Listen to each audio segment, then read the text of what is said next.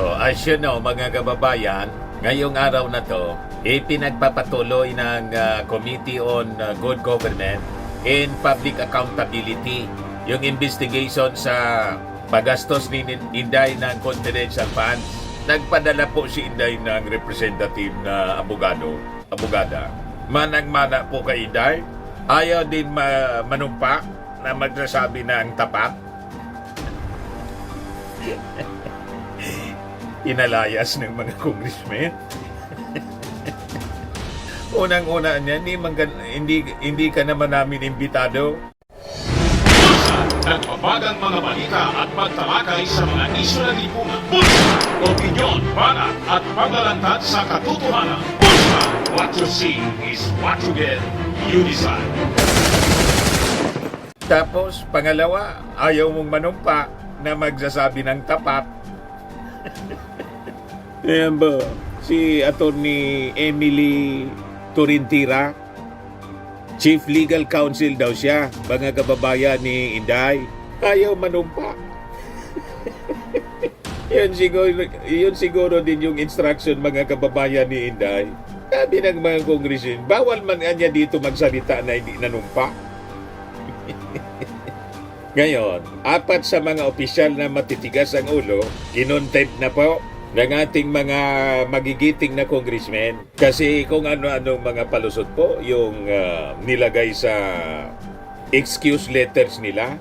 Yung iba may excuse letter, yung iba talagang totally inignore yung invitation ng Congress.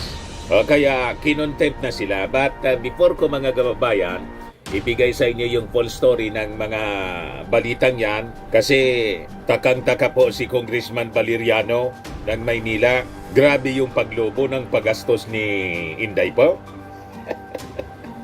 Click subscribe muna dito sa ating YouTube channel and hit the notification bell para lagi po kayong updated sa mga kaganapan dito sa ating bansa. Like and share na rin po ninyo ng ating video. At huwag na rin po ninyo na-skip yung ating mga commercial ads para tuloy-tuloy lang ang pag-unlad ng bagong Pilipinas. Balik tayo, mga kababayan, sa ating kwento.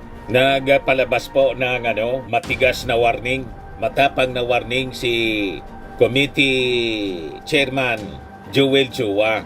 Sabi po niya, any attempt niya to block Congress from investigating where public funds were spent will not be tolerated. Hindi po tatantanan ng Kongreso si Inday kahit iwas pusit po siya. Ngayon, sabi nga natin, ang kawawa yung kanyang mga tao kasi with this contempt order, ipapa-aresto na po sila at i-detain sa Congress. Yon ang naging motion, mga kababayan, ni Congressman Acop, at malamang talagang may paglalagyan si Inday. So sabi dito sa balita, the House Committee on Good Government and Public Accountability Chairperson at saka Manila 3rd District Representative Joel Chua expressed frustration over the continued absence of key OBP officials as the committee resumed its investigation into the use of funds ng OBP at saka ng DepEd during the term of VP Inday. Sabi ni Chua, unfortunately in the past hearings, all the public officials involved in the utilization of OBP's funds, including its confidential funds in 2022 and 2023, have not graced us with their presence. Despite this, the committee's thorough examination of documents from the Commission on Audit, Department of Budget and Management, saka other government agencies, nangyari pa rin over 4 previous hearings. Pero importante ang direktang sagot galing sa OBP, lalo na sa paggamit ng confidential funds. What we needed were answers from the OBP and those persons involved in the utilization of public funds, particularly the confidential funds of the OBP and DepEd, sabi po ni Chua. Napakarami anyang pagkakataon ang binigay sa OBP, ngunit hindi naman napapalampas ang anumang pagharang sa legislatura na alamin kung saan ginastos ang pondo ng bayan. O di, ano niya Mr. Maravillas, paano yan? Wala pong patutunguhan itong pag-iwas ni Inday. Mako-corner at mako-corner siya ng Congress. Tulad po ni Digong. Si Digong ngayon, inamo na ng mga members ng Quadcom. Gawin mo anyang totoo yung click subscribe muna dito sa ating YouTube channel and hit the notification bell para lagi po kayong updated sa mga kaganapan dito sa ating bansa. Like and share na rin po ninyo ang ating video. At huwag na rin po ninyo na skip yung ating mga commercial ads para tuloy-tuloy lang ang pag-unlad ng Bagong Pilipinas. Sa mga nagana po ng malinis and spacious fitness gym, pumunta lang po kayo sa aming Colossal Fitness Gym. We also offer Grab Car Rental with our brand new 2023 model ng Toyota Innova. We also accept booking for those who are planning to travel via PAL, Cebu Pacific, and other airline companies, local and international, and bills payment for Meralco Bills, Aleco Bills, PLDT, etc. Ang Colossal Fitness Gym is located at 3rd floor Security Bank Building, Lanco Business Park, Legazpi City, Albay. For inquiries, look for Jilon Maravillas, contact number 0966-802-0949. Yan po yung aming Innova. Lagi na pong matao sa amin.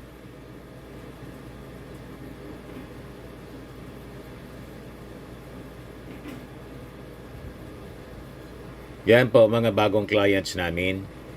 Napakaganda at colorful at napakalinis ng aming gym po. Pati mga foreigners po pumupunta sa amin, mga British tourist po sila dito sa Legazpi. Na-set up na rin po yung aming mga brand new gym equipment.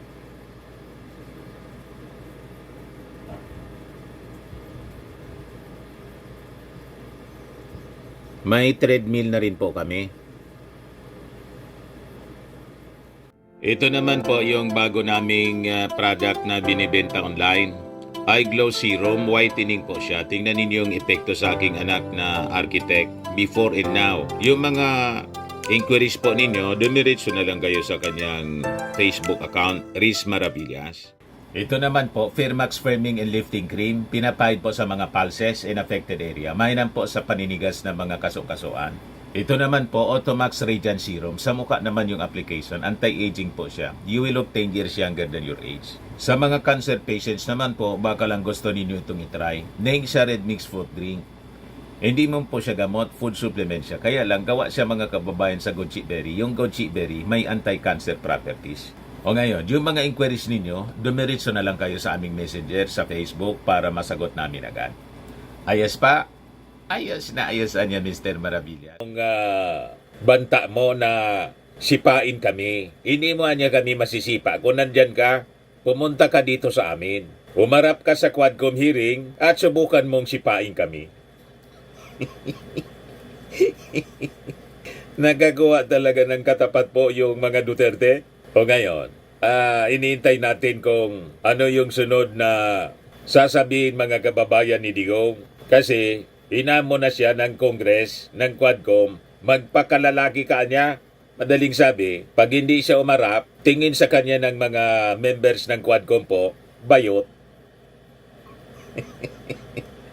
hindi totoong lalaki. Be man enough, sabi ng mga congressmen. Ganon din dito kay Inday.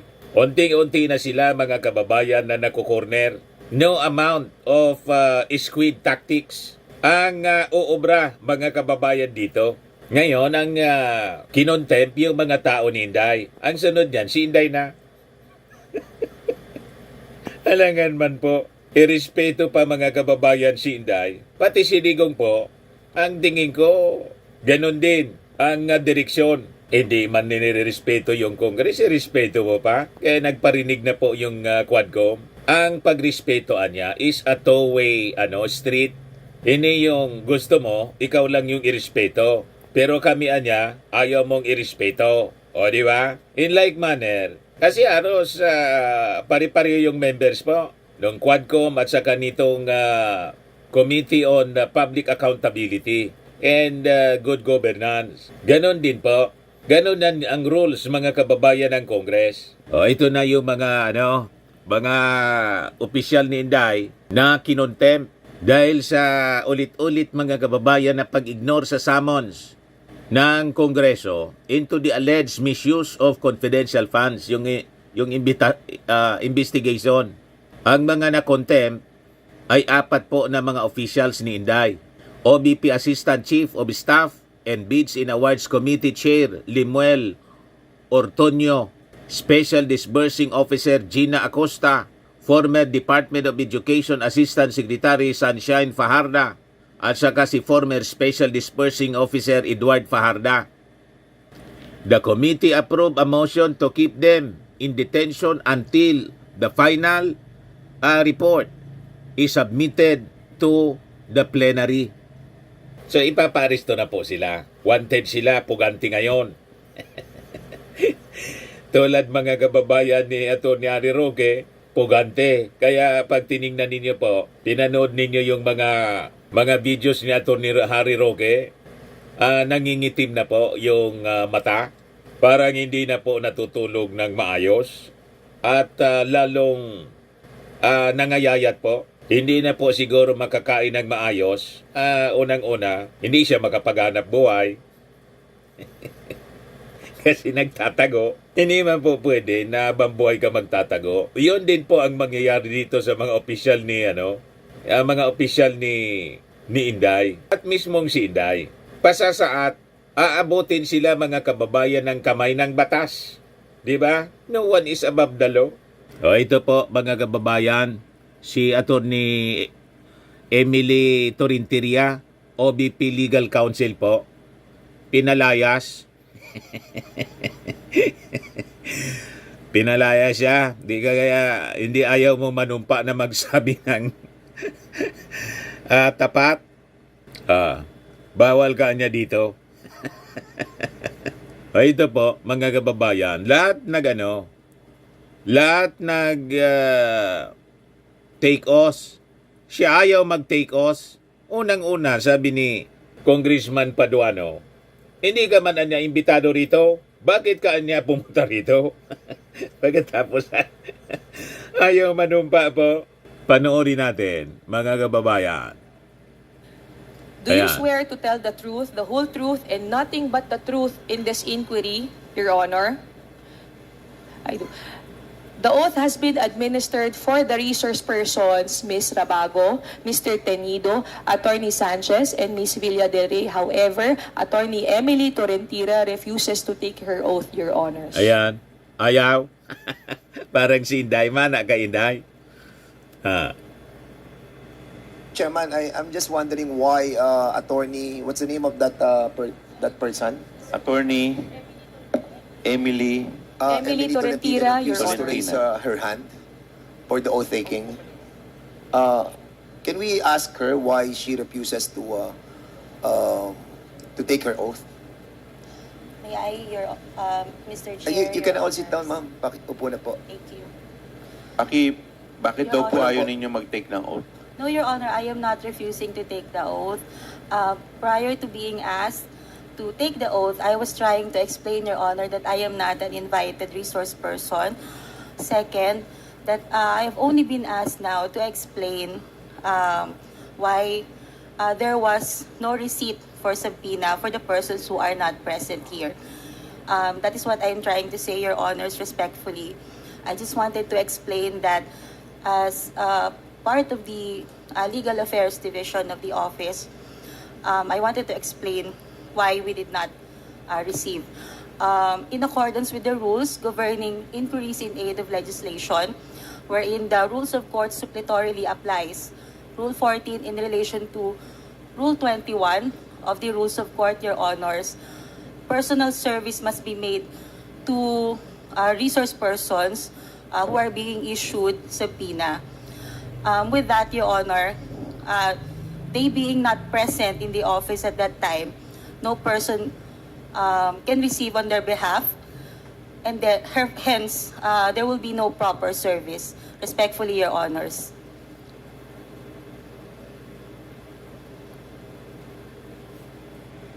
We accept that that guidelines, no, that you mentioned a while ago. But you all know that this is in aid of legislation. And the reason why we are trying to course this invitation to the Office of the President, we discussed this lengthily already. And the testimony of Attorney Lopez is so important to us. And also si Pajarda.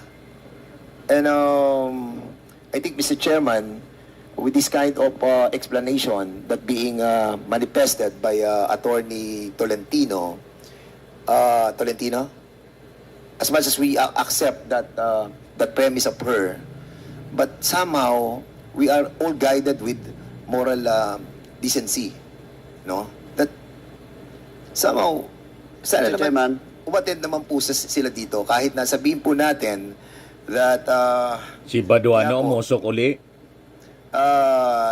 ito po yung Gusto sinasabi nang pumasok?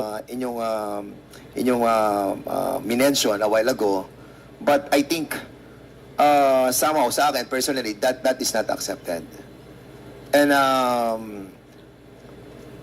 isang tanong lang, attorney, have somebody told you not to accept all those invitations? No, Your Honor. It was a... So it is in accordance with the rules, Your So Honor. it's your own Attorney, volition. we will recognize you later because hindi po kayo nag-take ng oath. Okay na po. Mr. Chairman, You've already said your piece. Thank you, Mr. Your Chairman. Honor. Congressman may I Paduano, ask you're the recognized. good attorney, what is your role in this? You are not invited, but you are present in today's hearing, and you never take your oath. Why? Counsel. What is your presence? Napikon-pikon Mr. ulit si Chair, Paduano. Your Honor, I am the Chief of Legal Affairs of the Office of the Vice President. So, I am here to represent the institution, Your Honor. so you are here to represent the institution. You should, before talking, you should take your oath. Because that is on record. You're a lawyer. You know that. You cannot speak unless until you take your oath. That's the rule, internal rules of this House and this committee. You cannot speak unless you take your oath. Or else, I will move to excuse you in this room. Your Honor, if I may, Mr. Chair. Point of order, Mr. Chair. Mr. Chair, What is your point of order? yeah, I take the position of Congressman Paduano. I really don't know why she's here. Has she forwarded any explanation written as to her attendance?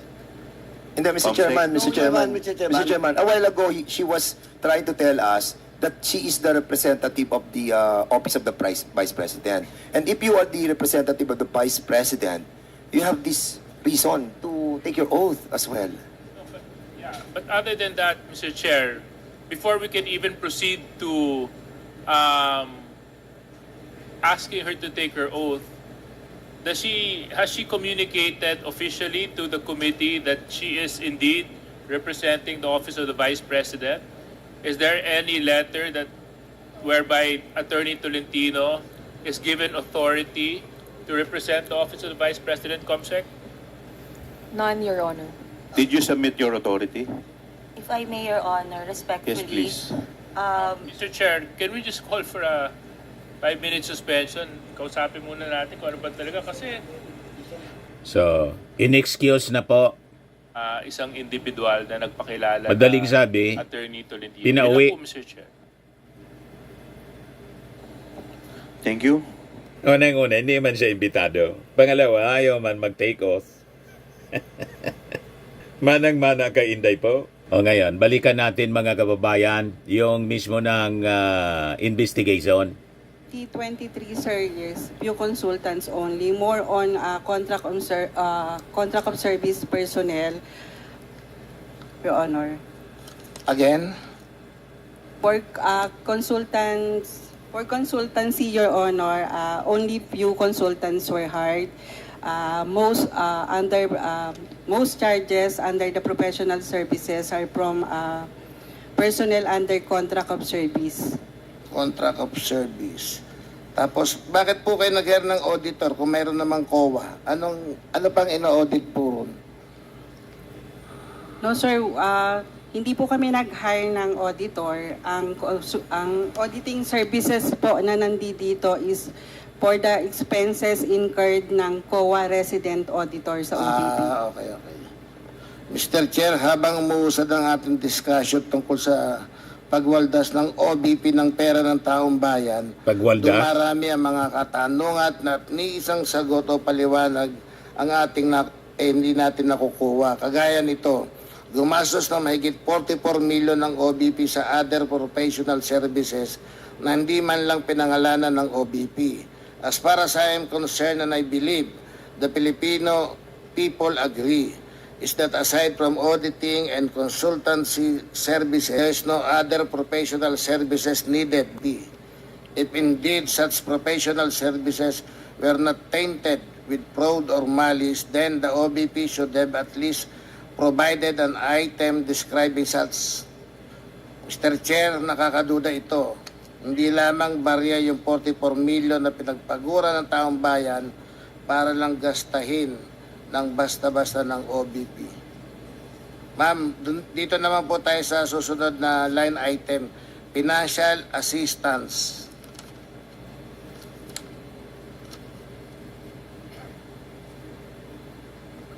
Sa 2022 ang nakalaan na budget para dito ay halagang 357,600,000. Tama po?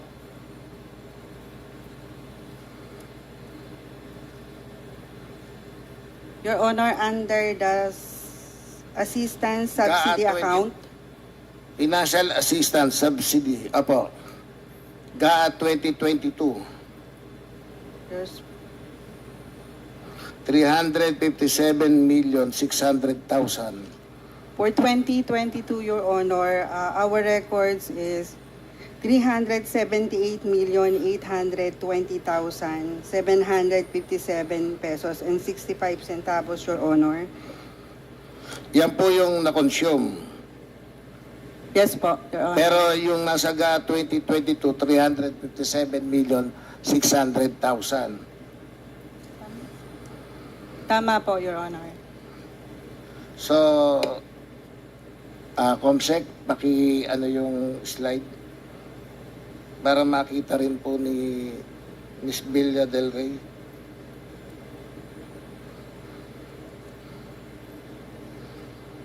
Ayon sa note to financial statement for 2022, yung assistance subsidy amounted to 378,820.6 for the year 2022. The assistance subsidy was broken down as follows. Ayan, ma'am.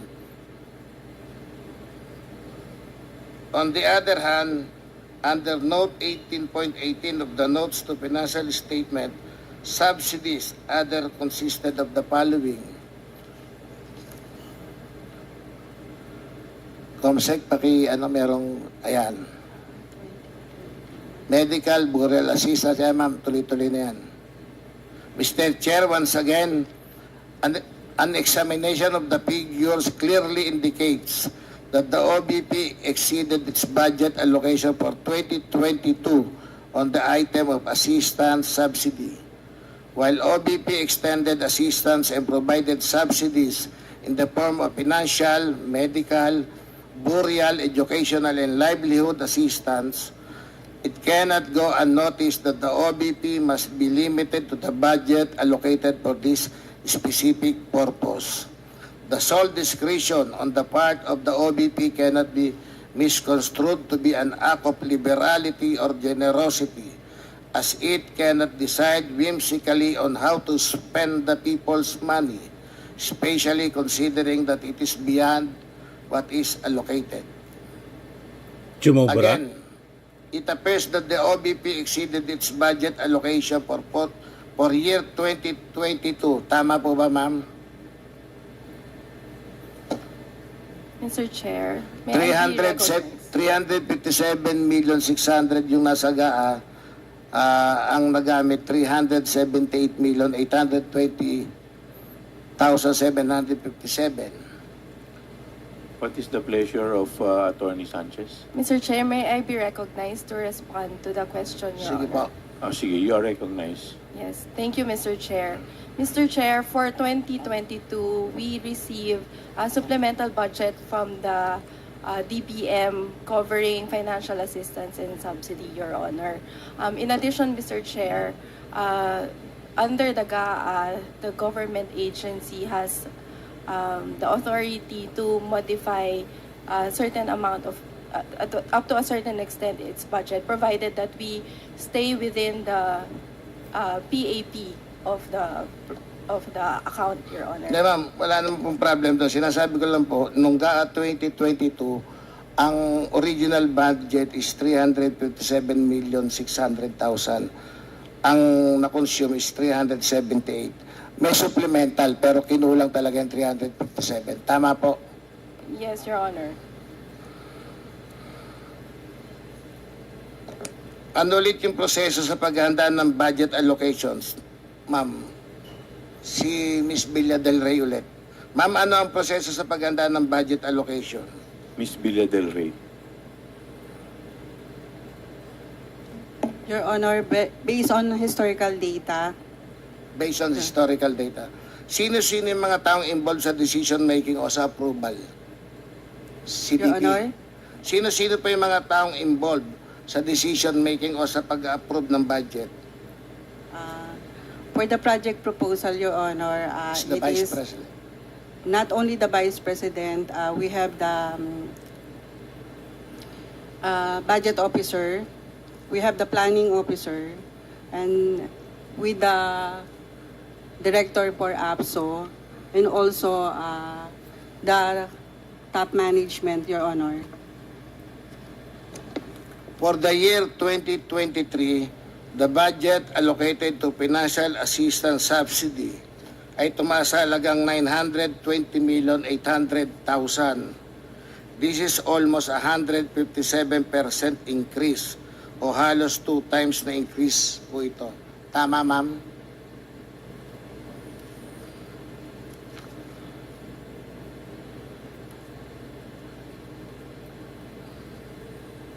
Tama po. More or less, Your Honor. Again, ma'am, kindly give us an explanation as to why the amount allocated for this line item in 2023 differ substantially from the amount allocated to and actually spent by the OBP in 2022. Masyadong malaki. Yes, Your Honor, because of the creation of the new satellite offices. Yes, sir. And the implementation Of your of project. medical and burial assistance also to be implemented in satellite offices, not only in central office, and also other projects under the subsidy account, Your Honor. So that is the reason kung bakit substantial increase yung budget from 2022 to 2023. Tama po? Yes, Your Honor. Ito naman tayo sa representation expenses, ma'am. Under the GAA 2022, the OBP was allocated an amount of 29,752,000 in representation expenses. Ayon sa Note 18.19 of the Notes to its financial statement, these representation expenses refer to expenditures for the representation expenses of the Vice President, including regular and special meetings, including local security augmentation during travel of the Vice President in the provinces. Tama? Tama, ma'am? Tama po, Your Honor. Mr. Chair, I understand that the representation expenses are incurred when the Vice President attends regular and special meetings, including the security details she needs while she travels. It seems that as if the OBP through the item of representation expense is charging a talent fee in every meeting she attends. This is Matindi. akin to a talent fee paid to a celebrity for every public appearance or guesting in TV show. This absurd, Mr. Chair, again. Public office is public trust. Holding a seat in government, the second most powerful in the country to be exact, is not a golden ticket to spend mindlessly. For 2022, ayon ulit sa note to financial statements, it appears that representation expenses of the OBP amounted to 16,757,436,000.88, noticeably below the budget allocated for this item for 2022.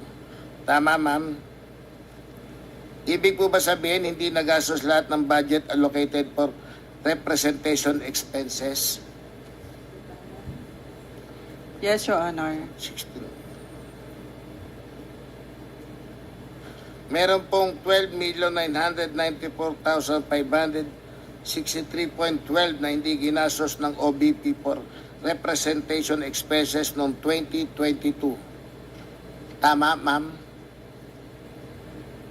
12,994,563.12.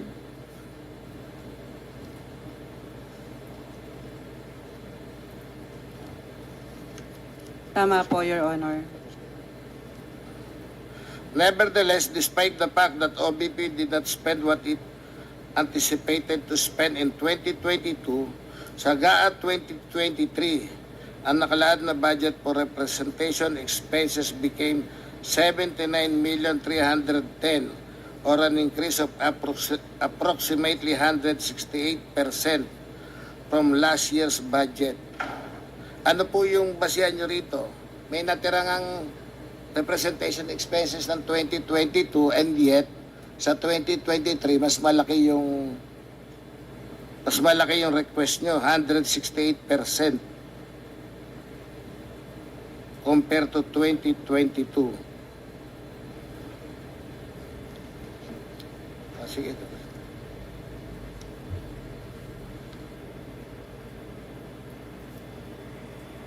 Yes, Your Honor.